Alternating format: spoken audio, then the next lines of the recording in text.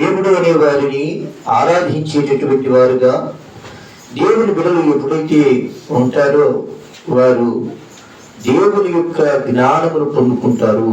స్తోత్రం. యెహోవాను స్తుతించుట మంచిది అని కీర్తనకారుడు చెబుతూ ఉన్నాడు.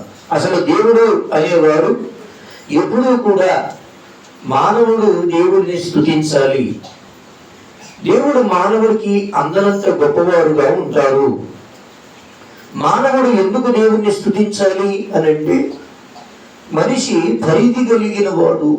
మానవులమైన మనమందరం పరిమితి కలిగిన వారు. అంటే ప్రతి వాడికి సరిహద్దు ఉంది. ఆ సరిహద్దు దాటి మానవుడు రాకూడదు. అంటే పరిమితులు కలిగిన వారు. మనిషి అలాగే మనకు ఏమవుతుంది? ఆకలిస్తారు.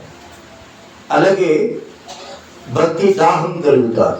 దేవుని వాక్యం చదువుకోవాలి, దేవుని ప్రార్థన చేయాలి, దేవుని సన్నిధిలో ఒక మంచి భక్తి కలిగిన వ్యక్తిగా ఉండాలి అని ఈ విధంగా మనిషి భగవంతుడిని స్తుతించేవాడు, దేవుడు అనే వారిని మానవుడు స్తుతించేవాడు అని వాక్యం చెబుతూ ఉంది.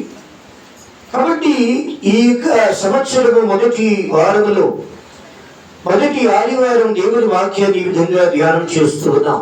స్తుతి అనేది విశ్వాసి హృదయంలో ఏ విధంగా ఉండాలి, స్తుతి చేస్తున్నటువంటి విశ్వాసి ఏ విధంగా మార్చబడిపోతూ ఉంటుంది అనే విషయాలను శ్రద్ధగా ఆలకించారు. స్తుతి సురేష్ బాబు చేయమంటే చేసేది కాదు, లేదా స్వర్జన్ గారు చేయమంటే చేసేది కాదు. స్తోత్రం. స్తుతి అనేది విశ్వాసి యొక్క కర్తవ్యం, సేవకుని యొక్క కర్తవ్యం. నిన్ను రక్షించింది యేసుక్రీస్తు ప్రభుల వారు అని, ఆ రక్షించినటువంటి దేవుడు జ్ఞానాన్ని ఇచ్చి పుట్టిన బిడ్డ తల్లికి పిలుతూ ఉంటే వాడు వాడనోట అమ్మ అని అనేస్తాడు. అలాగే దేవుడి బిడ్డలుగా భక్తులనే వారు దేవుడిని స్తుతించడం అనేది అమ్మ అనటం కంటే గొప్పదిగా ఉండాలి. స్తోత్రం చెప్పండి. గొప్పదిగా ఉండాలి. కారణం ఏంటి అంటే, తల్లి కంటే తండ్రి కంటే దేవుడు ఎంత గొప్పవాడు అని అంటే ఎంతో గొప్పవాడు. ఎంత గొప్పవాడు దేవుడు? ఎంతో గొప్పవాడు. కాబట్టి ఆ ఎంతో గొప్ప దేవుడిని పసికందు కంటే ఎక్కువగా నీవు నేను స్తుతించాలని చెప్పుకుంటూ ఉన్నావు. ఎందుకంటే జ్ఞాన వివేకాలు కలిగిన తరువాత, తెలివితేటలు అనేది మానవుడికి కలిగిన తరువాత, లోకంలో మనిషి భగవంతుడి మీద ఉంచవలసినటువంటి ఏకాగ్రత మనం లోకంలో ఉండే విషయాల మీద ఉంచుతూ ఉన్నాం. దేవుడు అనే వారి మీద మానవుడు తన ధ్యాసను పెట్టాలి, తన ఏకాగ్రతను పెట్టాలి. ఎందుకని అంటే తెల్లారేది దేవుడి వల్లనే. అంటే ఒక రోజుని ఇచ్చేది దేవుడు. ఒక ఉదయం దేవుని ప్రమేయం వల్లనే కుదురుతారు. సూర్యుని గమనం, చంద్రుని గమనం, నక్షత్ర రాశులు, ఈ భూప్రపంచంలో ప్రతిదీ కూడా దేవదేవుని యొక్క ఆశీర్వాదమే తప్ప ఇంకొకటి కానే. హల్లెలూయా. కాబట్టి మానవ జీవితానికి పొడిగింపు అనే దానికి మూలం పరలోకం. ఆ పరలోకంలో ఉన్నటువంటి దేవుని ఆదేశం మేరకు ఈ భూమిలో మానవుని యొక్క పరిస్థితి కూడా ఏర్పాటు చేయబడింది కనుక మనిషి దేవుడు అనే వారిని స్తుతించాలి. స్తుతి చేయడం వల్ల మానవుడికి ఏం జరిగింది అంటే, సకల ఉపద్రవాలలో నుండి మానవుడు రక్షింపబడతాడు. సకల ఉపద్రవములు స్తుతి మనిషిని ఏం చేస్తుంది అంటే, సమస్త ఉపద్రవాల నుంచి కాపాడుతుంది. అంటే నీకు తెలియకపోయినా మానవుడి మనిషిగా ఏం తెలుసు అంటే, అన్నీ తెలియదండి, కొన్ని తెలుసు. అయితే ఈ కొన్ని తెలిసిన వాడు అన్నీ తెలియకపోవడం వలన ఎన్నో పొరపాట్లు చేసే అవకాశం ఉంది. కాబట్టి అసలు నీవు ఏం చేయవసరం లేదు. భగవంతుడు అనేవారిని, యేసు ప్రభు అనేవారిని స్తుతించు. ఏం చెయ్యి అంటే ఎత్తగా రూపాల్సింది. యేసు ప్రభు అనేవారిని ఏం చెయ్యి? స్తుతించు. యేసు ప్రభుని స్తుతిస్తే నీకు తెలిసినా తెలవకపోయినా ఉపద్రవం నీ దగ్గరికి రాదు. స్తుతించకపోతే ఉపద్రవం దాని తీవ్రత పెంచుకుంది. దేవునికి స్తోత్రం. హల్లెలూయా. దేవుని వాక్యం ఏమని చెబుతుంది అంటే, దేవుడు భక్తులు ఈరోజు వాక్యం ఏమని చెబుతుంది అంటే యోవేలు గ్రంథం 1వ అధ్యాయం 5వ వచనం ఈ విధంగా ఉంటుంది. మత్తులారా, అవును శ్రద్ధ, వెరీ గుడ్. మత్తులారా మీరు మేల్కొనండి, కన్నీరు విడిచి దేవుని సన్నిధిలో ప్రార్థన చేయండి. చక్కని మాట ఉంది. ఇప్పుడు మనం నిద్రమత్తులనే ఉన్నామా అని అనడానికి కారణం ఏంటి అని అంటే దేవునికి స్తోత్రం. మనకి ఏదైనా చిన్న కష్టం వస్తాయి, అప్పుడు చాలా చక్కగా ఎక్కడ లేని ప్రార్థనలు చేయడానికి పూనుకుంటూ ఉంటాం. ఏం చేస్తామండి? ఎక్కడ లేని ప్రార్థనలు. నేనేమంటున్నానంటే దేవుని భక్తుడు సర్వకాల సర్వావస్థల యందు యేసు ప్రభువు చేయగలక గట్టిగా పట్టుకుంటే అసలు ఏ పరిస్థితుల్లో నీకున్నా దేవునికి స్తోత్రం, అది ఎట్లా ఉంటుందంటే అద్భుతంగా ఉంటుంది, ఆశ్చర్యకరంగా ఉంటుంది. లోకస్తుల దగ్గరికి వెళ్ళి వాళ్ళకు ఒక చేయించి యేసు ప్రభువు చేయితే మాత్రం అది మరి ఎట్లుంటుందో తెలియదు. దేవునికి స్తోత్రం, హల్లెలూయా. దేవుని నమ్మినటువంటి బిడ్డలు పరిపూర్ణంగా క్రీస్తు ప్రభువు వారి చెంత ఆయన సన్నిధానంలో స్తుతించి ప్రార్థించేటటువంటి అనుభవాన్ని కలిగి ఉంటే దేవుడు జ్ఞానాన్ని ఇస్తాడు. ఏం చేస్తాడమ్మా? సామెతల గ్రంథం 8వ అధ్యాయం 1వ వచనం నుంచి కూడా వాక్యంలో చదువుకుంటాం. జ్ఞానము ఘోషించుచున్నది, అది వీధుల్లోనికి వెళ్ళి కేకలు వేస్తూ ఉన్నది. నేను ఎవరికన్నా కావాలి అని అంటే, ఓ పిచ్చి మహల్లారా నా దగ్గరికి రండి, ఓ బాబు నేను మీకు జ్ఞానాన్ని ఇస్తాను అని. జ్ఞానము ఏంటి? కేక పెట్టడం ఏంటి? జ్ఞానము కేకలు ఎందుకు వేస్తుంది అని అంటే అది పరలోకపు దేవుడి ఆజ్ఞ అయి ఉన్నది. ఏమై ఉన్నది చెప్పడమ్మా? జ్ఞానాన్ని దేవుడు కేకేసి నువ్వు మోగేసేయి అన్నాడు. నువ్వు ప్రజల యొద్దకు వెళ్ళి నీ శబ్దాన్ని వినిపించు అని అన్నాడు. ఆ కారణాన్న జ్ఞానం కేకలు పెడుతోంది. జ్ఞానం ఈ ప్రపంచం అంతా కూడా అందరినీ ఈ మాట అడుగుతుంది, మత్తులారా. ఎవరట? అవును, అది కేకలు వేస్తోంది, వీధుల్లో ఉండి కేకలు వేస్తోంది. అది అనేకమైనటువంటి నియమించబడినటువంటి స్థలములలో ఉండి, పరిశుద్ధ స్థలములలో ఉండి జ్ఞానం పిలుస్తుంది. ఏమని అంటే నేను మీకు ఎవరికి అవసరమో, జ్ఞానం ఎవరికి అవసరం? దేవునికి స్తోత్రం. నేను చెప్తూ ఉన్నాను, దేవుని సన్నిధిలో ఉన్న విశ్వాసికి జ్ఞానం అవసరం. దేవుని సన్నిధిలో ఉన్న విశ్వాసికి ఏమి జ్ఞానం కావాలంటే దేవునితో సహవాసం చేయడానికి జ్ఞానం కావాలి. దేవునితో సహవాసం చేయాలి అనే ఆశ జ్ఞానం. అసలు జ్ఞానం అంటే ఏంటంటే ఆడు తెలివి కలిగినాడు, అందుకని అంత మంచి వస్తువు కొనుక్కున్నాడు. అది తెలివి కాదు, ముంచేద్దది. దేవునికి స్తోత్రం. వీడు భలే తెలివి కలిగినాడు కాబట్టి ఇదిగో ఈ విధంగా తన కుటుంబాన్ని నిర్వహించుకుంటున్నాడు, ఇతడు జ్ఞాని. ఆ జ్ఞానాలు ముంచేస్తాయి. కానీ దేవునితో సహవాసం చేసే జ్ఞానం ఒక్కటే సమస్త ఉపద్రవాల నుంచి కాపాడుతుంది. స్తోత్రం, హల్లెలూయా. కాబట్టి దేవుని వాక్యం ఏం చెప్తుంది అంటే ఈరోజు ప్రభువుని నేను ఎందుకు స్తుతించాలి అని అంటే ఆయన్ని నీ దగ్గరకు వచ్చి నేనేమన్నాడంటే నేనే నీ దేవుణ్ణి అన్నాడు. ఏమన్నాడమ్మా? నా దగ్గరికి వచ్చి మా నాయన దగ్గరికి వచ్చి చేసుకుని ఏమన్నాడంటే నేనే నీ దేవుణ్ణి అన్నాడు. నేనే నీ దేవుడిని అన్న దేవుడు ఏం చెప్తున్నాడంటే జ్ఞానం అనే ఒక దీపాన్ని వెలిగిస్తున్నారు. జ్ఞానం అనే దీపాన్ని వెలిగిస్తున్నారు. ఎప్పుడైతే దేవుడు మనకు దొరికినారో, ఆయన మన కరుణను తెలియజేశారో, ఈ చీకటి సంబంధమైనటువంటి లోకంలో నుంచి నిజమైనటువంటి ఆరాధనకు నడిపించినారో, ఆ రోజు నుంచి ప్రభు ఏం చెప్తున్నారంటే దేవుని చెడ్డలకు మీరు సమయమును పోనీక సద్వినియోగము చేసుకొనొచ్చు జ్ఞానుల వలె ఉండక జ్ఞానం కలిగి నడుచుకొనుడి అని ప్రభు చెప్తారు. కాబట్టి ఇవాళ ప్రభువుని స్తుతించాలి అన్న, ఆ స్తుతి పూర్వకమైనటువంటి భక్తి చేయాలన్న, స్తుతి అంటే ఏంటి? కూర్చుని కాసేపు స్తోత్రం నాయన అని చెప్పడం అంటే దేవునికి స్తోత్రం. దేవుడు ఏ భక్తి సూత్రాలనైతే మనకు నేర్పిస్తూ ఉంటారో ఆ భక్తి సూత్రాలను అనుసరించి నడుచుకోవటం గొప్ప స్తుతి చేయుట. స్తోత్రం.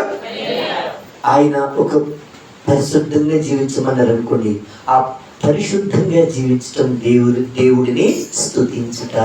స్తోత్రం. అలాగే ప్రభు ఏ మార్గాన్ని అయితే చూపిస్తూ వస్తారో ఆ మార్గాన్ని చాలా కరెక్ట్గా అనుసరించటం స్తుతి చేయటం అని ప్రభు చెప్తున్నారు. దేవుడు ఏమంటారంటే అన్యోన్యమైనటువంటి సహవాసం కలగడానికి అజ్ఞానంలో ఉన్నటువంటి మనిషి ప్రభు యొక్క భక్తిపూర్వకమైన దైవజ్ఞానాన్ని కలిగి ఉండడానికి దేవుని వాక్యం ఏమని చెబుతుంది అని అంటే దేవాది దేవుడితో సహవాసం చేసే అనుభవము కలిగి ఉండాలి. స్తోత్రం. దేవుడు అనేవాడితో ఎవరైతే సహవాసం చేస్తారో అట్టి బిడ్డలను దేవుడు ఏం చేస్తారంటే తన దూతలను ఆజ్ఞాపించి వారిని కాపాడుతారు. దేవుడు ఏం చేస్తారు? యెహోవా యందు భయభక్తులు కలవారు చుట్టూ ఆయన దూత కావలి ఉండి వారిని నలుగురు దిశలో దేవుని దూత నీకు కావలి ఉంటే ఆశ్చర్యపోతావు. నేనేనా ఈ మార్గం గుండా వచ్చిన వాడిని, నేనేనా ఈ పరిస్థితుల గుండా ప్రయాణం చేసిన వాడిని, ఎంతో గొప్ప దేవుడు నాతో నడుస్తూ ఉంటే నేను ఆ గొప్ప దేవుణ్ణి చూసినప్పుడు, ఆయన మనతో కూడా నడిచినప్పుడు మన హృదయము మండలేదా? స్తోత్రం. కాబట్టి దేవుని వాక్యము చెబుతూ ఉంది కదా, స్తుతి అనేది మనిషికి చాలా ప్రాముఖ్యం.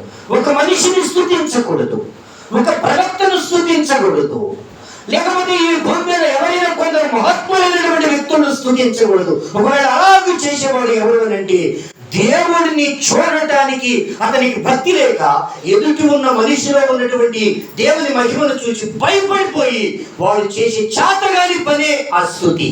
చేతగాని పని అజ్ఞానమని. ఏమది?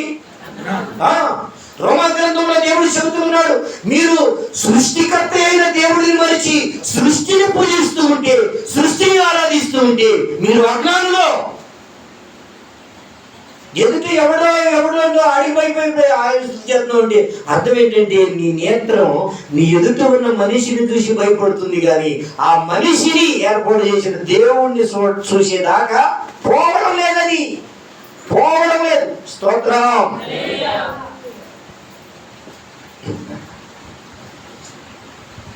కాబట్టి తూర్పు దేశపు జ్ఞానులు ఆకాశంలో ఒక నక్షత్రాన్ని చూసినారు. ఆ నక్షత్రాన్ని చూసి నక్షత్రానికి దండం పెట్టలేదు. పెట్టారా? ఇవాళ మరి భూమి మీద భక్తులు ఎడదయ్యారేమంటే నక్షత్రం కొంచెం ఎలుగుతుంది కాబట్టి నక్షత్రం నక్షత్రం నక్షత్రం అలా అనకూడదు. స్తోత్రం. అదేమి అంత బలహీనమైనది ఏమీ కాదు. నువ్వు అనకపోతే అది కూలిపోయిందో కాలిపోయిందో రాలిపోయిందో అని భయపడిపోయి మాకు ఇది కావాలి ఇది లేకపోతే మాకెట్లా అన్నట్టు నక్షత్రం నక్షత్రం కాదు. ఆ నక్షత్రం చూపించి దేవుడిని స్తుతిస్తూ ఆరాధిస్తూ ఆయన చిత్తాన్ని నెరవేర్చినప్పుడు అది దేవుని యొక్క చిత్తమై ఉన్నది. స్తోత్రం. కాబట్టి దేవుని వాక్యము ఈరోజు మనతో ఏమని సెలవిస్తుంది అంటే సృష్టిని పూజించకూడదు, కానీ సృష్టికర్త అయిన దేవుని పూజించడానికి యుక్తమైన మార్గంలో నడుచుకోవాలి. ఏం చేయాలి? అభిషిక్తులైన వ్యక్తులను తోలనాడకూడదు. దేవుని చేత ఏర్పాటు చేయబడిన వారిని తోలనాడితే ఏమైందనంటే ఆ దేవుడు చెప్పినాడు కదా, కొందరికి నేను అడ్డుబండనైతిని. ఏమైపోయారట యేసు ప్రభు? వాళ్ళు నడితే అక్కడ కాలు తగిలి పడిపోతారట. అడ్డుబండకు తగిలి కింద పడిపోతాడు. నేను కొందరికి అడ్డుబండనైతిని, నా ఎదుగు కొందరు వచ్చి పడిపోతారని ప్రభు చెప్పినారు. దేవునికి స్తోత్రం. అలా కాకూడదు అంటే ఏం చేయాలి అంటే యుక్తమైన మార్గంలో నడవాలి. ఏ మార్గంలో నడవాలమ్మా? యుక్తమైన మార్గంలో నడవాలి. కాబట్టి దేవుని వాక్యము ఏమని అంటుంది అంటే దేవునికి స్తోత్రం, స్తుతి చేయటం, దేవుని స్తుతించుటకు, పరలోకమైనటువంటి దేవుడిని ఆరాధన చేయడానికి ఏమి చేయాలంటే, ఎందుకు మనం దేవుడిని స్తుతించాలి అంటే క్రైస్తవునికి భవిష్యత్తు దేవుడు మాత్రమే. క్రైస్తవునికి భవిష్యత్తు యేసుక్రీస్తు ప్రభుల వారు మాత్రమే. నేను విశ్వాసిని, నేను దైవజనుడిని అని అనుకుంటే మరొక క్షణం నీకు ఆ క్షణం పేరు ఏంటి అంటే యేసు ప్రభు. ఇంకొకటి కాదండి, ఇంకొకటి మొబ్బాయను మా అమ్మాయిలను, మా ఆయనను, మా పాస్టర్ను, నా ప్రార్థనను, నా బైబిలను, నా ఫోన్లను, ఎన్నోనో అన్ని సున్నా. దేవునికి స్తోత్రం. యేసు ప్రభు కానీ ఏదైనా సున్నానే. క్రైస్తవునికి భవిష్యత్తు ఒక్క క్రీస్తు ప్రభుల వారు మాత్రమే. మిగతావి అన్నీ కూడా మనుషుని ఏ అంధకారంలోనికి నడిపించేస్తాయి. దేవునికి స్తోత్రం. కాబట్టి ఆ దేవదేవుడిని స్తుతించడానికి, ఆరాధన చేయడానికి ఈరోజు ప్రభు మనకందరికీ పిలుపు ఇస్తున్నాడు. మనము దేవునితో ఎటువంటి సహవాసాన్ని కలిగి ఉన్నామో ఈరోజు ప్రతి ఒక్కరు కూడా దాన్ని తిరిగి మరలా పునరుద్ధరించుకుందాం, బాగు చేసుకుందాం. ఏం చేద్దామమ్మా? గ్యాస్ పోయి ఉందా, అది బాగా మంచిగా పనిచేయట్లేదు అనుకో, దాన్ని శుభ్రంగా బాగు చేస్తాం. లైట్లు ఉన్న ఆ లైట్లు సరిగ్గా రావట్లేదు అనుకో, దాన్ని శుభ్రంగా బాగు చేసేస్తాం. స్తోత్రం. అలా ఏదైనా సరే మనం బాగు చేసుకుంటే సరి అవుతుంది. దేవునికి స్తోత్రం. మనం భక్తి పట్టినట్టు కూర్చుంటే అది మూలం పడిపోతుంది. కాబట్టి ఈరోజు భక్తి జీవితాన్ని బాగు చేసుకోవాలి. ఈరోజు దేవునితో ఉండే సహవాసాన్ని సరి చేసుకోవాలి. ఆ విధంగా సరి చేసుకోవడం వల్ల మాత్రమే దేవుని నమ్ముకున్న బిడ్డలు ఈ లోకంలో సురక్షితంగా జీవిస్తారు. స్తోత్రం. కాలమును బట్టి చూస్తే ఈ కాలము అంత మంచిది కాదు. కాబట్టి ఇటువంటి రోజులు అసలు మంచిది లేదంటే ఎందుకు మంచిది కాకుండా పోయింది అని కొంతమంది అనుకుంటూ ఉంటారు. ఎందుకని అంటే అంత్యకాలమని చెబుతూ ఉంటే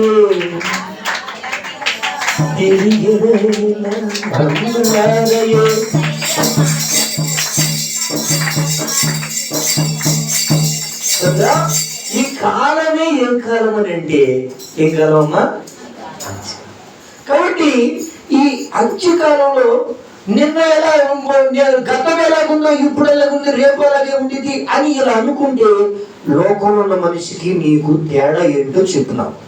నాకేం చెప్తావంటే ఆ గుడికి బయట ఉన్న వాడికి నీకు తేడా ఏంటి? భాస్కర్ చెప్పిన వాక్యం అంటే బైబిల్ చదువుతున్నావు నీవు. అది పోయే కాలం అది ఇప్పుడు కాదు తప్పుడు చెప్పింది 2000 సంవత్సరాలు ఎప్పుడు చెప్పినాడు యేసు ప్రభు. మరి ఇప్పుడు మనం ఎంతో రోజు దగ్గర పెట్టుకోవాలని నేను అడుగుతున్నా. దేవునికి స్తోత్రం. 2000 సంవత్సరాల క్రితం యేసు ప్రభు ఏమన్నారంటే యుగముల అంతమంది నేను ఈ లోకానికి వచ్చానని చెప్పాడు. అందుకని నీ తల మీద చేసి నేను బాగా శాతాకే వచ్చా, నీకేం పర్ల భాస్కర్ మాట వినబాక అని యేసు ప్రభు అనలేదు. ఆ మాటను నాకు చూపించలేదు. దేవునికి స్తోత్రం. కాబట్టి దేవుని సన్నిధానంలో మనము స్తుతించే బిడ్డలుగా ఉందాం. ప్రభువుతో ఎక్కువగా సహవాసం చేసేవారుగా ఉండండి. నేను ప్రత్యేకంగా ఈ మాట ఎందుకు చెబుతున్నాను అని అంటే దేవునికి స్తోత్రం. నిద్రమత్తులుగా ఒకవేళ ఉంటే ప్రియ సహోదరులారా మాట్లాడడానికి అవకాశం ఉండదండి. దేవునికి స్తోత్రం. దేవుని స్తుతించే విషయంలో, దేవునితో సహవాసం చేసే విషయంలో ఎందరూ తమను తాము ఉద్యమానికి అప్పగించుకుంటారు.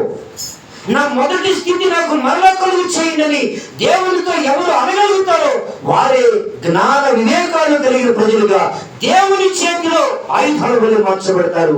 ఒకవేళ కాకపోతే ఆ అమ్ముల పొదుల నుంచి దేవుడు ఆయుధాన్ని తీసి 2 చేస్తాడు. ఒకటి పొదులు పెట్టినా లేక పారవేయినా. ఒకటి పొదులు పెట్టినా 2 పారవేయినా. పొదులు పెట్టబడే వ్యక్తిగా ఉండాలి అంటే దేవుని స్తుతించే విషయంలో జ్ఞానాన్ని పెంచుకో.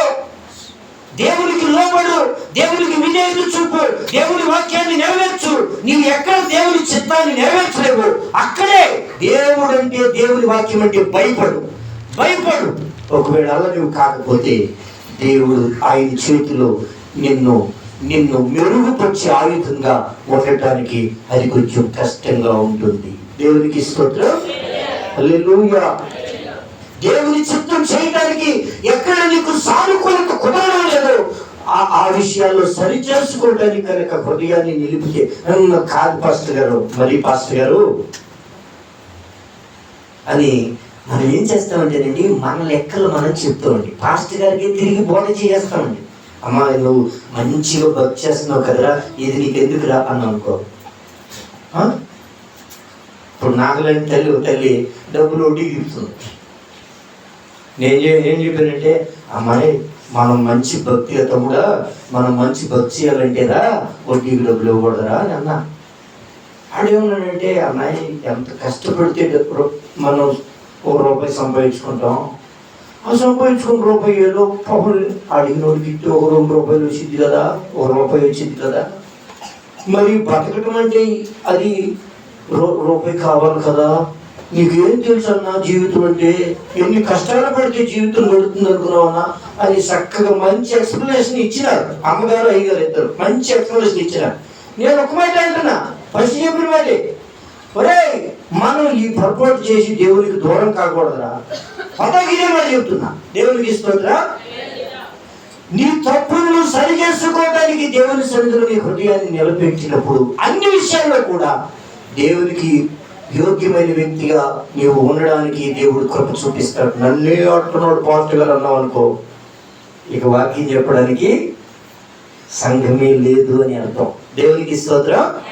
నన్నే అంటున్నాడే అని అనుకున్నావు అనుకో, తిమోతిని తయారు చేయడానికి నాకే చెప్తావు ఈ మాట అని తిమోతి అంటే ఒక్కడును తిమోతి పౌలు కింద. దేవునికి స్తోత్రం. అనలేదు, నువ్వు అనకు అని చెప్తున్నాను నేను. తిమోతి అనలేదు, నాకే చెప్తావు పౌలా అని అనలేదు. ఈరోజు ఆ తిమోతి లాగా దేవునికి విధేయత చూపడం నీ చేతనైతే సేవకునికి నీవు ఎలా వ్యతిరేకిగా మారగలవు? దైవ సేవకుడు అంటే నీకు నువ్వంటే సేవకుడికి గిట్టదు అని అంటే ఎక్కడ ఆ భావం వస్తుందో అది గుర్తించగలిగితేనే దేవుని మార్గంలో ఉంటావు. అట్టి జ్ఞాన వివేకాలు దేవుడు అనుగ్రహించి, నా సంగతి పక్కన పెట్టు, దేవుని స్తుతించి ఆరాధించే విషయంలో నీవు దేవుని యొక్క సన్నిధిలో దైవజ్ఞానాన్ని అనుసరించు, దేవుని వాక్యాన్ని అనుసరించు.